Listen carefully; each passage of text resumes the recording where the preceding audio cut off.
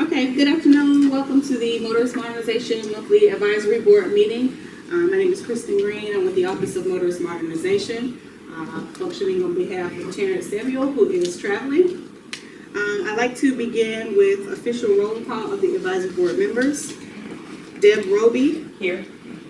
Ed Broyles is traveling and will not be in attendance today. Stephen Fielder. Here. Carl Forney. Here. April Edwards is also traveling and will not be here today. Beth Allman. Here. And Linda Fugate. Here. Per our charter, we have 5 members in attendance, so we have established quorum. So we can proceed with today's meeting. I'd like to begin. We have a handout of materials, a binder of materials.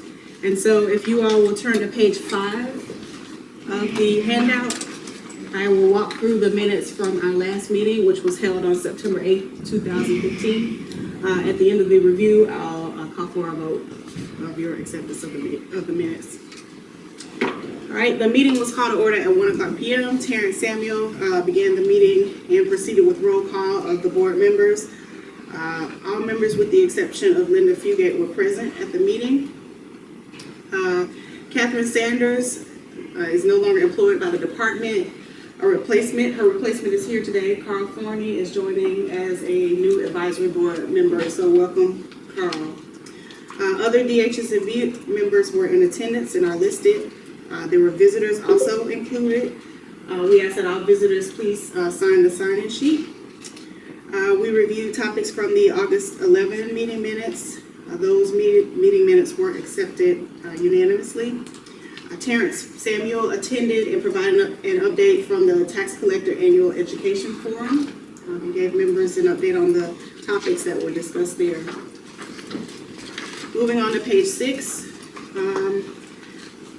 we provided an update that we met with legislative staff members to give them an overview of the Office of Motorist Modernization and a status update on where we are to date.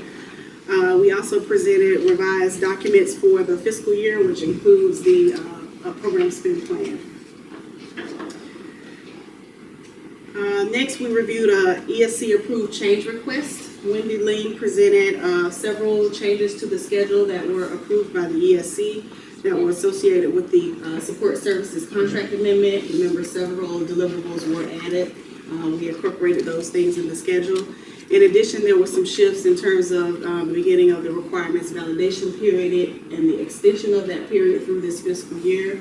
As you recall, the development that we were supposed to start this fiscal year has been deferred to next fiscal year. All right. So page 6 and spilling over to page 7 talks about really the change requests that we discussed as a team there. On page 7, about midway through, we talked about the project deficiencies. One deficiency was closed at the last meeting, and then in between time, 3 more were closed, which at that point in time put us at having deficiencies 1 through 4 closed. We'll give you all an update on progress today on that as well. We're at that time aggressively working to close deficiencies of deficiency number 5 and 7. Requirements update. We announced that Jessica Espinoza and Kathy Thomas have been promoted to senior business analysts. The team also went into their requirements validation team updates. That spills over to page 8, where there was several discussion points about some of those items. Also spills over to page 9, where we continue our requirements discussion. And last but not least, page 10. Some of the last topics that we talked about were communications. Somebody gave an update on where the communications efforts stand to date. There was some work on the logo that we discussed with you all last. We also introduced a new Accenture Organizational Change Management resource, Matthew Duke, and then gave an update on some of our focus group efforts with the Department of State as well as FDO. Page 11 talks about our handouts, and then on page 12 we summarize some of the discussion points that were discuss with each of the open items in the decision document. Any questions or comments, corrections on the minutes? I'd like to call for a motion to approve at this time. Motion to approve. Okay, is there a second? Second. All in favor? Aye. All right. Any opposed? All right, the minutes for September 8th have been unanimously accepted. Thank you very much. All right, we have a little bit of a shift in the agenda. We always seem to run out of time at the end as we're talking about some of the policy decisions. So we moved that up in the agenda this time so that hopefully we can get through those things. So I'd like to turn it over to the VAs to start talking through the policy and decision document. And Kathy, I know you have a time constraint, so just let me know where you need to go first. There's been a couple of changes to the document. We added a couple of columns and combined the ESC comments and decisions to this document. That way, we're not having to go through two different spreadsheets to find out what the difference is between both. So if you notice, the second column is add date, and that's where you'll see the date for all the new items that get added. There's also a close date and the ESC date, ESC comment, and ESC status. So the ESC date is the date that we review with the ESC. The ESC comment is their comment on whatever the decision or the policy is, and the status is whether they've decided on a decision for that item. So we'll start with POR 21, which is one of the newer items on the list. So you're going out of the book, not this one? Yeah, the one that we printed out is missing a page. I think. So we need to follow along in the book. Yeah, and we'll pull it up here for the items that are missing from the new. Okay. So POR 21. So POR 21 was the issue that had to do with our mailing and resident addresses and whether or not we would allow out-of-state, out-of-country addresses for either or both. We actually put together a decision matrix that we presented to the ESC committee, the ESC steering committee, and the initial decision that came out of that first discussion with them is that we would not allow an out-of-state or out-of-country resident address for driver's license and or motor vehicle, because now that we're going to a single customer, we're going to adhere to those rules.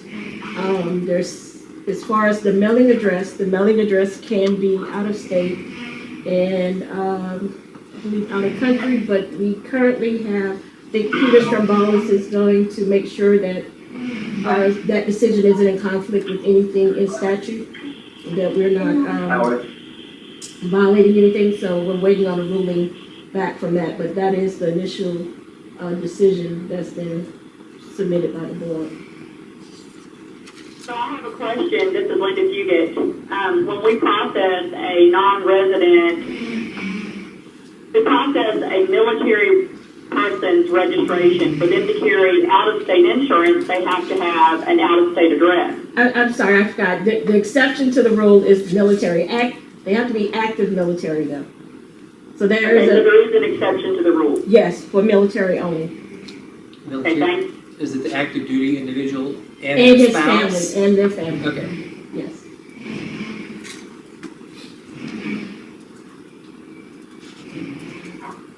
And we are planning to verify that as well. When the process, Department of Defense has a web service for which we can make a call to verify the status of the individual. So we are accounting for that. Any other questions on Portal 21? For Portal 22, pending sanctions, the issue was if a customer has a pending sanction, should we allow them to renew or replace their current license online? If so, should we establish a time frame to prevent them from purchasing a license right before the suspension goes into effect? And Oh my gosh. Hello? So in the meeting, Boyd and Deb agreed to allow the issuance but make the cutoff point 10 days prior to the sanction effective date. We have to make certain the customer is made aware and it's very clear that they have a pending sanction. 10 days out should avoid us having to credit back money since the license should be printed within 10 days of the purchase. If within 10 days, we would provide a message, you must visit an office to renew or replace your license. There is one exception to the rule. If it's a CDL med cert disqualification, no CDL issuance would be allowed if pending. The option would be to downgrade to a Class E at no cost if applicable, and med cert disqualifications prevent the CDL driver from driving a CMV once placed on the record. So that particular one, I think we haven't gotten a board decision back on that, but are there any concerns from the advisory board?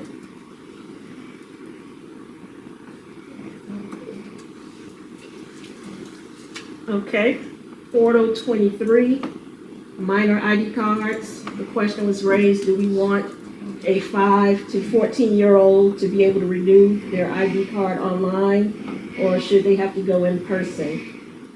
Currently, we only allow 8-year ID card renewals online, not 4-year-old ID cards for those under the age of 15. In a discussion with Alan Buzenbart, he said that DL renewals would allow the 5 and 14-year-old ID cards to be renewed by a convenience method. So does anybody have opposition to us offering that to them online? I don't. As opposed to just by mail, because we are now going to be mailing out ID card renewals. Like, I guess when he says, I was confused by the comment. So DL renewals will allow. He's talking about the process. The renewal process. I think he was mostly speaking about the renewal notice process, so we would be sending them a card. And we're still questioning whether, is it okay to allow them to use not just the mail-in, but should we open it up online as well? It would have a drastic feature change from 5 to 14 years old. Am I reading that correctly? If you're a 5-year-old, you can renew it online, so your ID is good for 6 years. 6 years. And then you're going to be able to renew it again, so it's going to be 10 years old at least. You can only do one convenience renewal at a time. Right, but you get in our office is good for how many years? Well, right, yes, your point is correct about the photo. Yes, the photo would be very old, correct. Because you'd have the original photo, and then they would renew online, and then they wouldn't get another photo for 8 years after that. So that's absolutely correct about that part. I thought you were saying that there would be 2 convenience renewals. Oh, no, I'm just saying by the time they expire after that first convenience renewal online, it's certainly a drastic change even from the first renewal. Right. Okay. So based on her concern, what would this board like to recommend? I mean, the purpose of an identification card is to identify the person that's getting it. So if the photo is not accurate, what good is it? All right, so really, okay, but they can't, the online renewal is only a 4-year, correct? If I'm reading the requested functionality, do we want 5 to 14-year-olds to renew ID online or go in person? Currently, we only allow 8-year ID card renewals online. Not 4-year-olds, not cards for those under 15. I thought the statute said that if they were under 15, they only got a 4-year card. So Right. the ask is, can they renew online for 4 years, not 8 years? Correct. So, I mean, it still doesn't negate your point, Linda, about the photo getting old. But I guess it's It's a just that 4-year. it's a 4-year-old photo, not an 8-year-old. Correct. I guess. Well, no, it is an 8. It's the original 4 years, renew online for another 4. So the photo is 8 years old, not 16 years old. I guess I'll get it out in a minute. So a 13-year-old and a 5-year-old are the. Right. So what you would have then is 13-year-old person with a picture when they were 5 on their ID card. I just don't see the validity of an ID card that has photo that old. Well, in a lot of cases with ID cards for children this young, it's because there is a medical reason that the parent needs an ID card for a child this age. And if they run into a challenge where that ID card isn't accepted, then they may need to come in and get another one. But if it's easily accepted and they don't have a problem with it, it's not, if we issue an ID card to someone or a driver's license to somebody who is 15 years old when they get their learner's license, or let's say 16 years old, and then they do a convenience method, they're 30 years old when they get their picture taken again, 30, 31. There's a dramatic difference there too. So, and it, to me, the weight of that is on the bearer of the ID card, whether or not it still serves a purpose. It's just my opinion.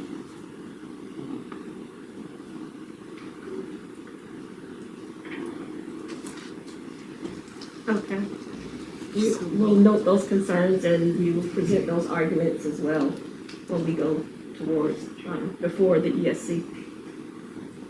So no decision from this point. No issue. Yeah. So the next item, or new item, is DL 18.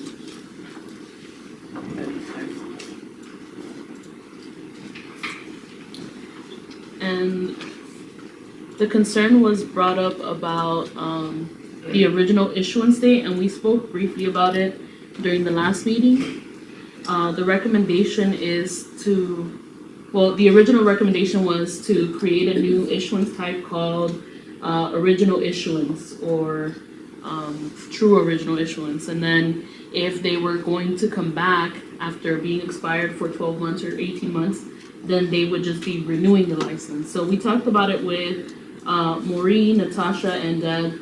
And what Natasha explained to us was that this is a bug, and the reason why it's replacing it is because it's a bug, or the reason it's replacing the original issuance date on the transcript is because it's a bug, and that the recommendation would be to fix that bug without creating a new issuance type. So even if you were expired, as long as the record wasn't purged, whenever you came back to renew that license or get another original license, that original date would not override the actual original issuance date. So that should fix the issue that we talked about where people had to show proof of driving history for 3 to 5 years in order to get their discount on Right. insurance and all that kind of stuff. Right. Will it charge a late fee still, or will it, Well, we still would have the same restrictions that we have now. So if you're expired more than 12 months, then you would not be charged a late fee. But as long as you're within the 12 months, you're still going to be charged a late fee. okay. Does anybody have any objections? All right, moving on to DL 19.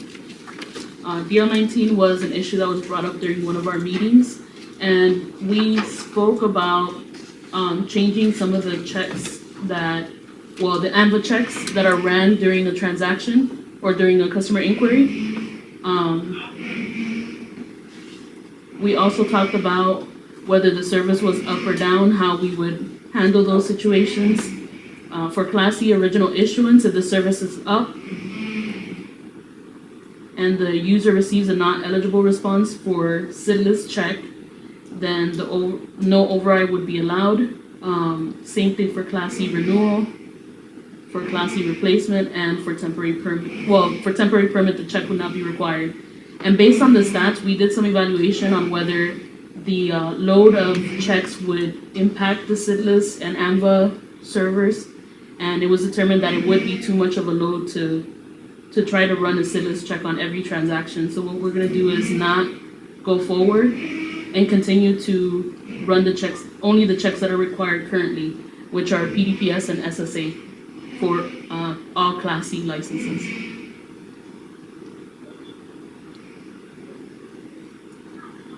Does anybody have any suggestions? Okay, moving on to DL20. An issue was brought up during one of our DL issuance meetings where they were requesting to get a legal opinion about using voided information during the same day. So what the requirement was to allow users who are voiding a transaction to reuse all the information that was entered during the original transaction in that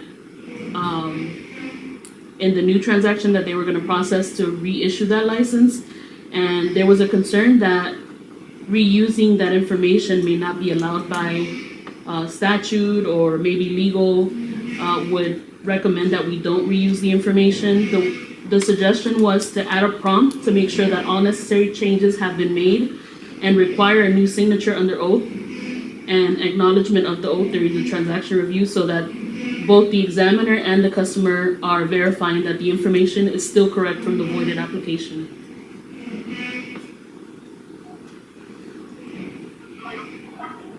Does anybody have any questions? All right. You thinking, Stephen? No, I'm good, yeah, that's fine. Okay. So I'll move on to the next one, DL21. Currently, the customer must pay for exams not paid in order to attain an FDLE letter. Should this requirement continue to be enforced? So the reason that the customer has to pay for those not paid exams is because they have to go through the exam-only option to print the FDLE letter. So should we be restricting our customers or telling our customers that we can't give them the FDLE letter unless they paid those unpaid exams?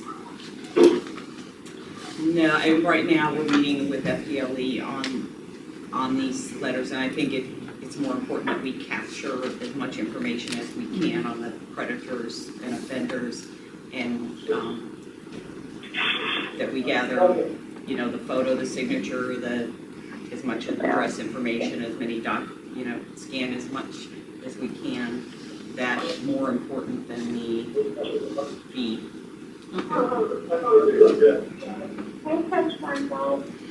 Jessica, we're getting a lot of feedback on our end.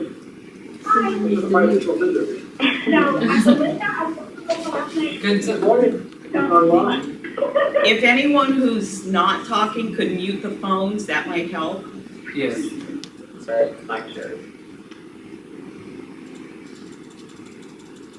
Do I still have you? Yeah. Yeah. Okay. Okay. So did you hear, or do you want me to repeat it? I think we got it. Okay. All I right. think I'm with Deb. I think getting that information on an offender or predator is a lot more important. Okay. All right. DL22. Should a letter be sent out for confirmation when a customer adds emergency contact information? And this was brought up because I guess somebody in the field support help desk heard or had some concerns because they have had customers who called in, and the customer who calls in says that their address or their phone number was used for ECI, and they don't know the person who is using it. So there was a suggestion brought up about sending out a letter every time that an emergency contact information is added to a customer's record, sending a correspondence to that person, asking them if they are okay with somebody using their information or getting consent from them. I don't think, I don't think we could afford that. Right.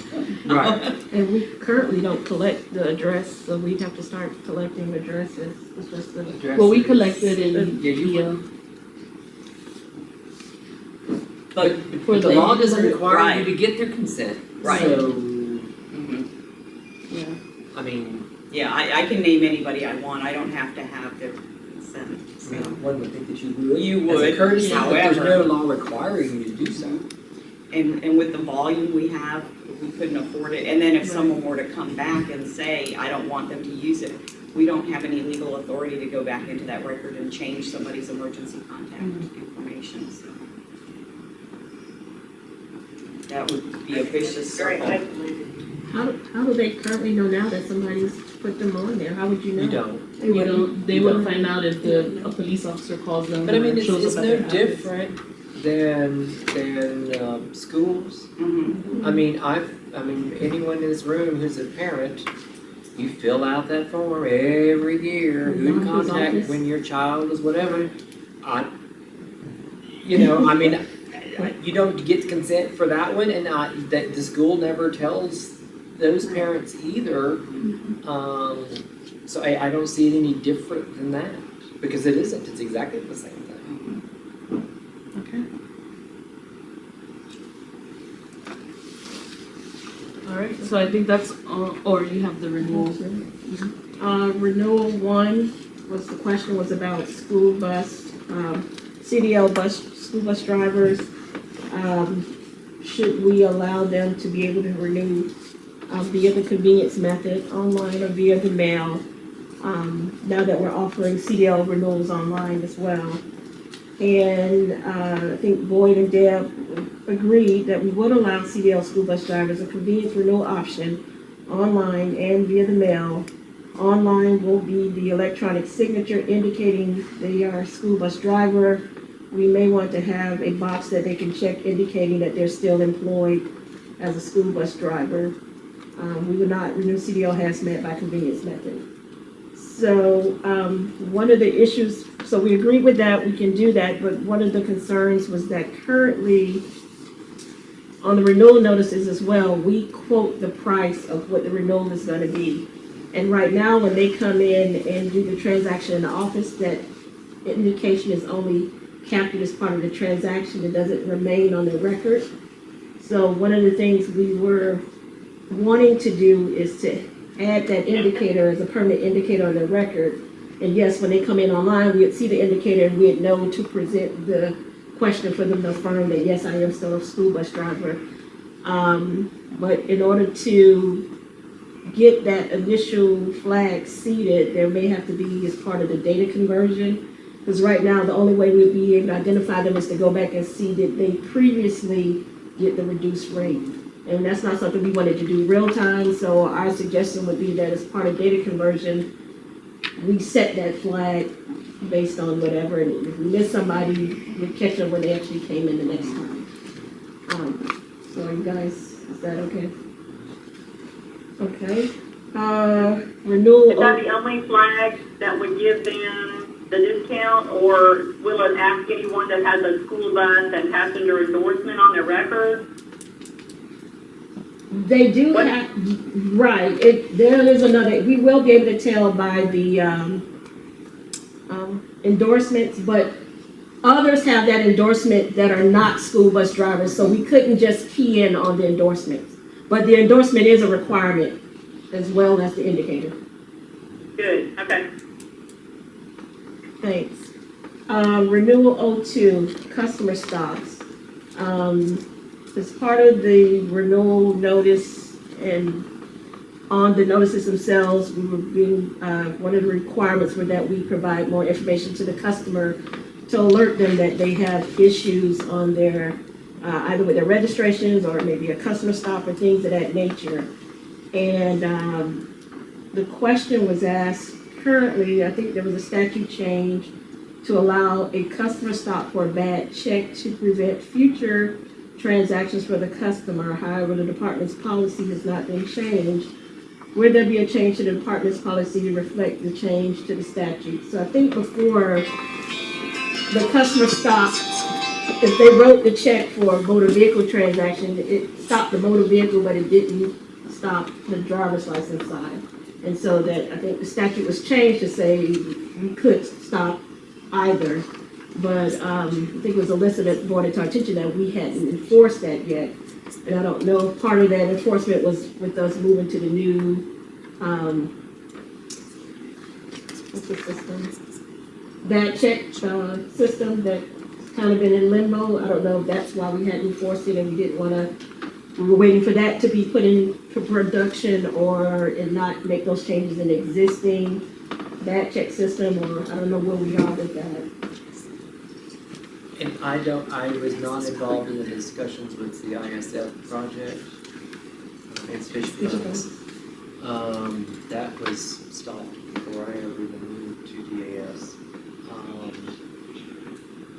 But then I know we also had a study we had to do for the agency of customer stops, just generally too. So I think, pardon the pun, we stopped.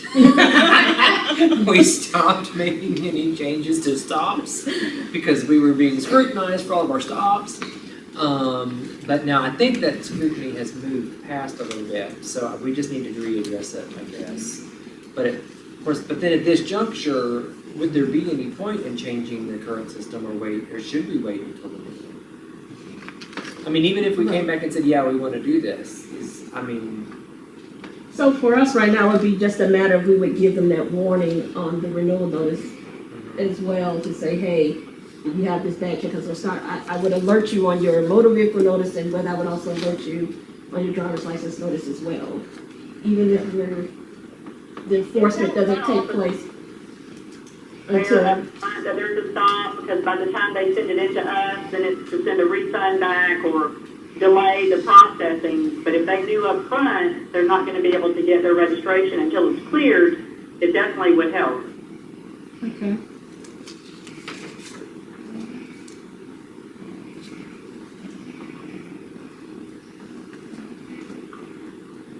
So you're okay with us notifying them on the renewal notices as far as the enforcement piece?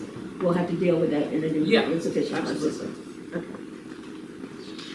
That's all we have. And I have one action item for, that was listed for DL 15. Linda, you said you would go to the tax collectors and survey them about the DL application. The advisory board would like to know the results so that they can determine whether we can get rid of the application or if we will continue to offer it online. Are you talking about the DL transcript? No, the DL online application, the one that they fill out before they go to the office and it auto-populates the answers in Fitness. The pre-application. Yeah. If a customer makes an appointment, a lot of times if they go online to make an appointment, it kind of prompts them that they can go online and do the pre-application where they answer some of the questions, but then when the customer comes in and applies for you still have to go through and answer all the questions. That's the one you're talking about, right, Jess? Yeah. Right, and I apologize because I thought that you guys were sending out that email request. Okay. But So certainly, I can do that. okay, so I'll send you an email. That way we Okay. have it. Okay. So that way I can report that we sent you an email to request the information.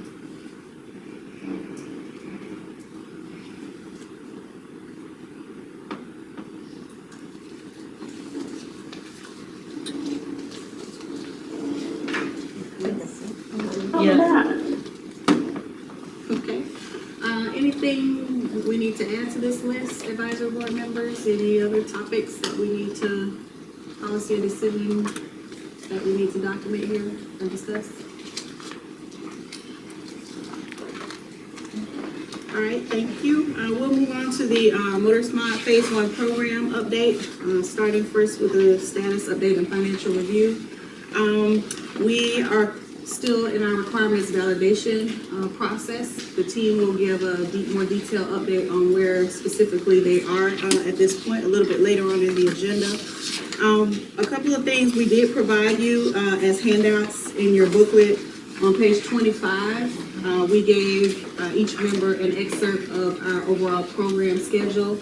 And what's listed here are key milestones, so key activities that are upcoming in the schedule, or that will be addressing in the schedule, as well as some key deliverables. The upcoming items, meaning items that are coming over the next, October, November timeframe, have been highlighted in yellow. So we gave this to the ESC. They thought it was a really helpful thing that they can kind of look at periodically to see what items are coming down the pipe schedule-wise. Also, as a separate handout that's not in the book, we have an updated spend plan for the month of September. Janice Timmons is our budget coordinator consultant here, and so she can give us an update, to date on progress. You want to come on up, Janice, and give us a brief update on that? There really isn't a lot happening on the spend plan this month. We're still really early into the, even though we're in the second quarter of this school year. A lot of our deliverables are just starting to kick off. So you'll see a lot in this second quarter. We have a lot of activity happening in October and November. So by the time we meet next month, you'll see a lot more of the funds that are expended, and especially November and December. And we did present a budget amendment proposition to the House and Senate on Monday. Friday. Yeah. So we're waiting for them that as to how much they'll release on the budget amendment. So that's really all that's happening right now, unless you have questions. Okay. Thank you, Janice. And one other thing that is also in the book on page 27. We met a couple of weeks ago with Stephen and Lisa Bassett and Leslie Palmer and who am I forgetting? Barbara Vaughn. Barbara Vaughn. Yes, to walk through and give everybody a communication about upcoming procurements for us. And so in the booklet here, you have kind of our tentative schedule for what procurement activities we plan to initiate beginning this fiscal year. Two of the items in the middle are actually items that help us as we proceed into Motorist Modernization Phase 2. But we need to begin, the procurement process so that we can, have everything set up and ready to go by the time we reach that phase. We're going to begin activities to purchase the data quality solution. So you can see that first line. And then we're going to lesson learn this year. We're going to start any amendments to the support services contract a little bit earlier this time so that by next fiscal year we'll be ready to go and won't be still negotiating the amendments. So everybody was very accepting of this document, and we made some tweaks to it, and now we think we're at a point where everybody's in agreement that this timetable is feasible for this year. Any questions or comments?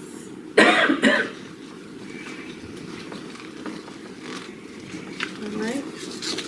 Next item in the agenda is the status on the IV&V deficiencies. Gary, are you still with us? I sure am. Okay, I have your August presentation up if you would like to give us an overview of that. Actually, I have Lamar up. I'm going to get the presentation up as you talk, okay? Okay, well, so the presentation that I'm going to go through is actually old because we're getting ready to issue the September monthly assessment report tomorrow. And as of September,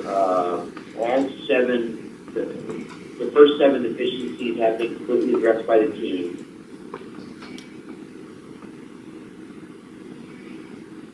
So actually just go to go to that slide. So the business case integrity and the benefits design realization facets, G1 and G9, have been addressed. There is now a fully formed business case for the program based upon the latest Schedule 4B. So that deficiency has been addressed and is now closed. The only 2 remaining deficiencies have to do with organizational change management and requirements engineering and design, and the program team is well on the way to addressing those deficiencies. At this point in time, they're not material deficiencies, they're just things that we need to make sure our foundational elements are in place because there's going to be a lot going on with the program in the future. So we just want to make sure that those are addressed and in place. So the next slide, slide 5. So this shows the trend, and you're going to see a new bar in September. I'm sorry, the number of green facets is now 18 instead of 16, and the number of amber facets is now, is 2, and the number of open deficiencies is 2. So I fully expect in the next month or two that the remaining deficiencies are going to be fully addressed, and we're going to have a complete green cube. Ooh, we're ecstatic about that. It's been a long road, and the team has worked very aggressively to get to that point. And it's been a lot of work. If you go to slide 8, please.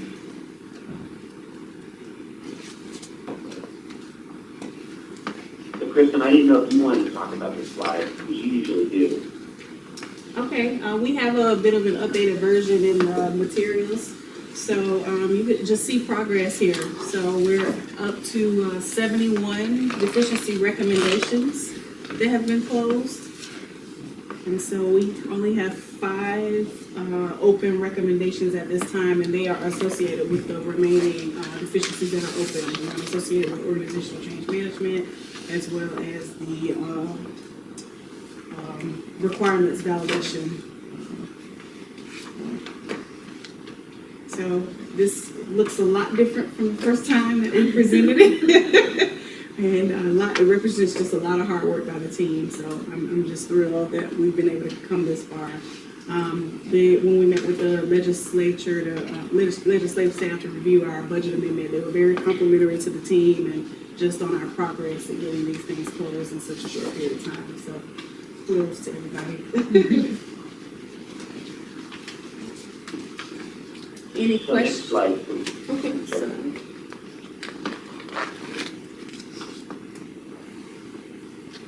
So this shows the overall performance of the program, and actually this month is basically identical to the one that's up on the screen right now. What this means is that the program is being well controlled. You know, all the points are basically falling in the same cluster inside the green zone. So that's good. That's really good. And actually, I'm working with one of the guys at EY. We have this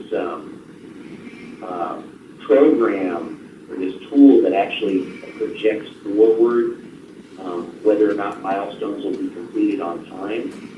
And we run into a unique situation on the highway safety program because there's a small difference between the SPI is very small. It's like 0.99 or 0.98. But when you take that into consideration over a 4-year time period, it actually doesn't work that well to project forward the milestones. So we're actually having to tweak our formulas a little bit to take that into consideration. We've never used, the thing is we've never used it on a program this long before. So we're having to tweak everything. And that's actually slide 11. So we use that program to project forward how many days late or early each one of those milestones will be completed.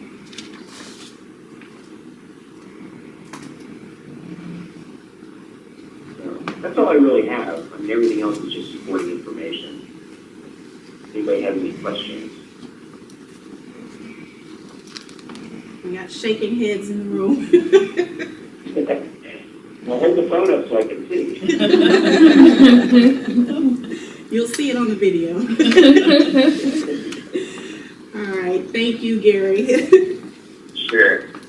Okay, next we'll move into a requirements validation update, and I'll let Kathy go first since she has a. I'm going to update for financial responsibility first. We've held a total of 27 grooming sessions. The functional areas that we're currently working on is clearance for non-insurance and batch processing. The total stories in the functional area is 3 for non-insurance and 24 for batch. We have 27 stories in progress and none completed as of yet and none pending. We just started our second increment, so. For citation processing, We've held 22 grooming sessions. Functional area that we're working on right now is fail to comply, revenue reconcile report, and IVR fail to comply, revenue reconcile report. And we have 13 functional areas, 13 in progress, and none completed and none pending, because the same thing, we just started our next increment. So we're on schedule for both teams. Okay, renewal notification project, to date, we've held 30 grooming sessions. We are currently finishing and wrapping up increment 1. We've completed all the grooming for that first increment, and we're preparing to create the deliverable to submit for approval. The team is currently gone ahead, we're actually ahead of schedule. So we started grooming stories in increment 2. We're currently working on the renewal inquiry search function. There are a total of 13 user stories in that functional area. For my DMV portal, to date we've held 35 meetings. In increment 1, we actually have a total of 367 requirements. We're on schedule. We're slowly approaching our increment 1 due date. Currently, today, we're working on the motor voter application. There are 4 stories in that functional area. For deal issuance, we've held 34 meetings up to date with a total of 25 functional areas. In this deliverable, there's, I believe, 6 functional areas, and we're currently working on identification documents and customer summary. There was a total of 129 stories for this deliverable. We've completed 125, actually 121, and we have 8 stories currently in progress and should be completed by tomorrow. For motorist maintenance, we have held 20 meetings up to date with a total number of functional areas of 7. And for this deliverable, they worked on 2, which are AMVA Help Desk and Driver Search, with a total of 129 stories as well. And they've completed 115, and they're scheduled to complete the 14 in progress between today and tomorrow. And our first deliverable is due on Thursday, this Thursday. All right. Any questions? We're a quiet bunch today. Yes. All right, next we'll have somebody give us a communications update, and she has a summary on page 30 in your book. And this will be brief. I just want you to know that the main activity that we've had this past period since the last time we met has been working with our services supports vendor, which is Accenture, to develop deliverable 20, which is the communications strategy and plan. This is part of our organizational change management deliverables. And I just want to introduce our consultant from Accenture. This is Kim Kogel. She's been working very closely with me and to develop the plan. And great news, it was due on the 16th. Kim actually submitted it yesterday. So we are a little bit ahead of schedule. So thank you, Kim. And other activities I want to point out that the name for the driver license and eventually vehicle registration information system is going to be Orion. We are going to have an unveiling ceremony with the new approved logo next month. Once the date has been decided, we will send you a save the date so that you can reserve that time on your calendar. Kim is going to help me bring you with that also, of course. There have been a number of working sessions that we have completed since the last time we met. Specifically, this is under number 3 on the other activities, September 28th. The ESC had an ad hoc meeting with us to go over the stakeholder register and the key messages.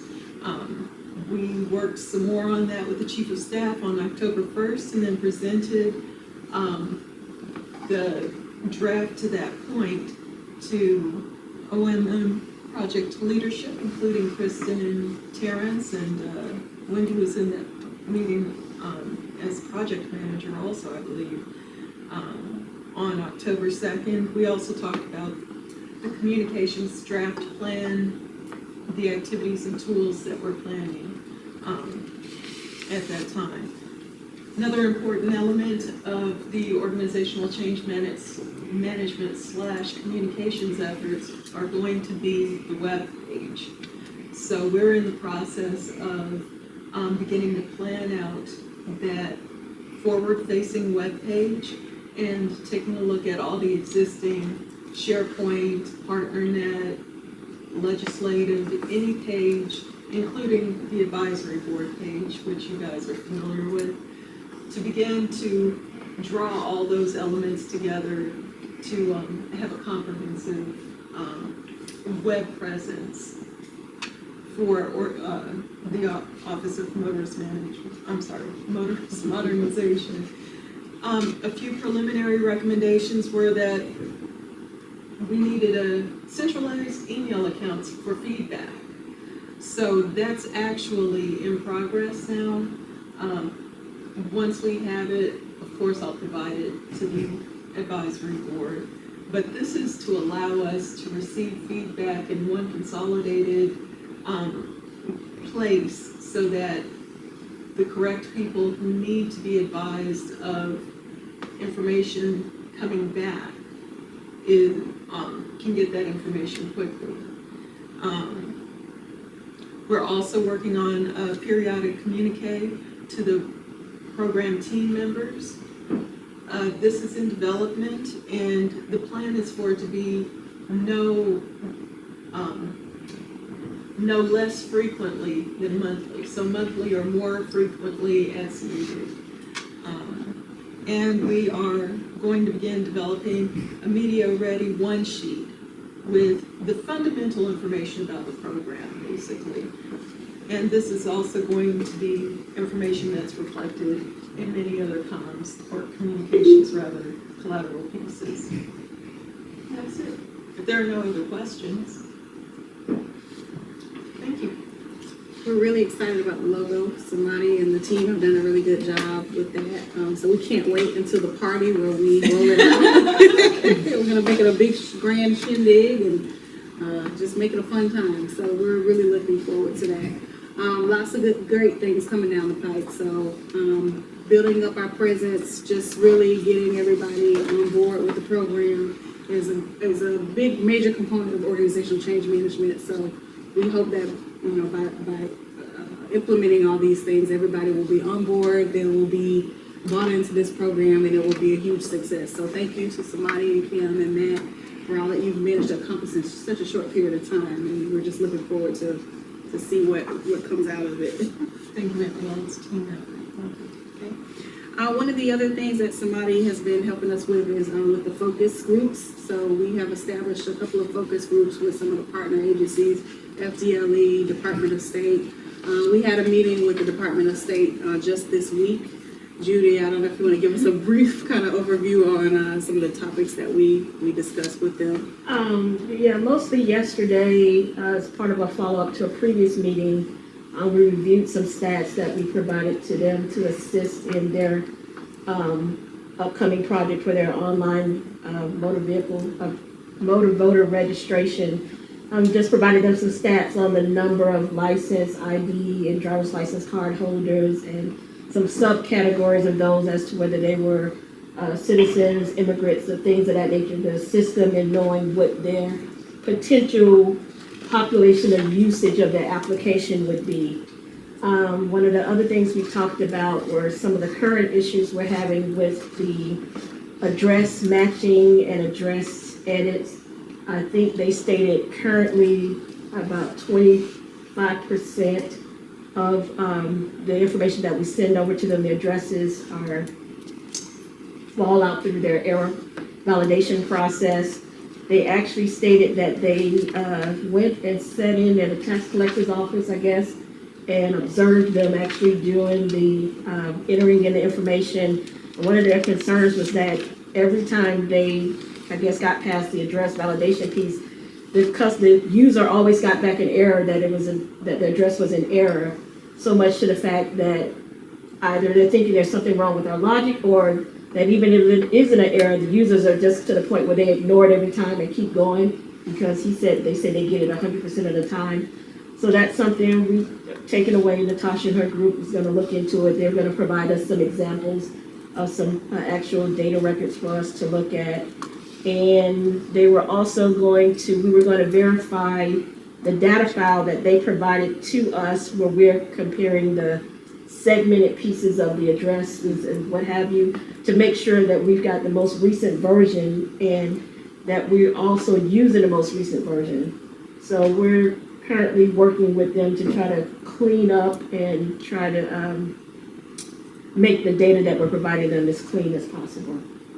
I think we have a follow-up meeting in December. December 3rd. And during that meeting, we will actually be presenting to them the screenshots for in the new DL issuance system, as well as the application that we're going to be using on the online My Portal app as well, to get some of their feedback and approval on those screens. It's a good meeting. We're getting a cadence going with them, and so we have regular agenda items that we bring to the table. They're really using it as a focus group at this point, so good Can I group, make good a comment conversation. on that? Yes. As a user, I mean, I'm on the front counter with that. We do typically ignore that every time we get that error, because out of the years that we have had that validation check for the address, I've had one address that came back that said it was a good address. Mm-hmm. So there's definitely some error, some problem that's in there that's kicking all the addresses out. Correct. And we're hoping we can, working with them and them giving us some examples, because we weren't sure if we just weren't interpreting the results correctly and just sending back the wrong message, because they actually said they ran the data through their system and it didn't flag it as an error. So we're looking into it. I'm excited about that, because I do feel like it's a waste of time unless it's working. Mm-hmm. Agreed. Well, I just want to go on record to say that we're through our agenda early. So I guess from this point forward, we can blame Terrence for That's what whenever we you go.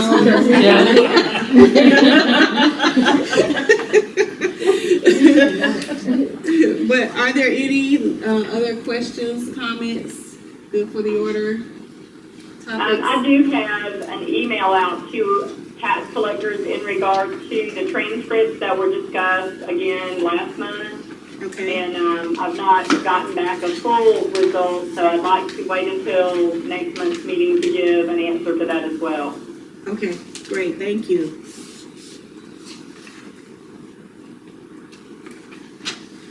All right, anything else? Okay, our next meeting is November 10th from 1 to 3 p.m. Thank you very much.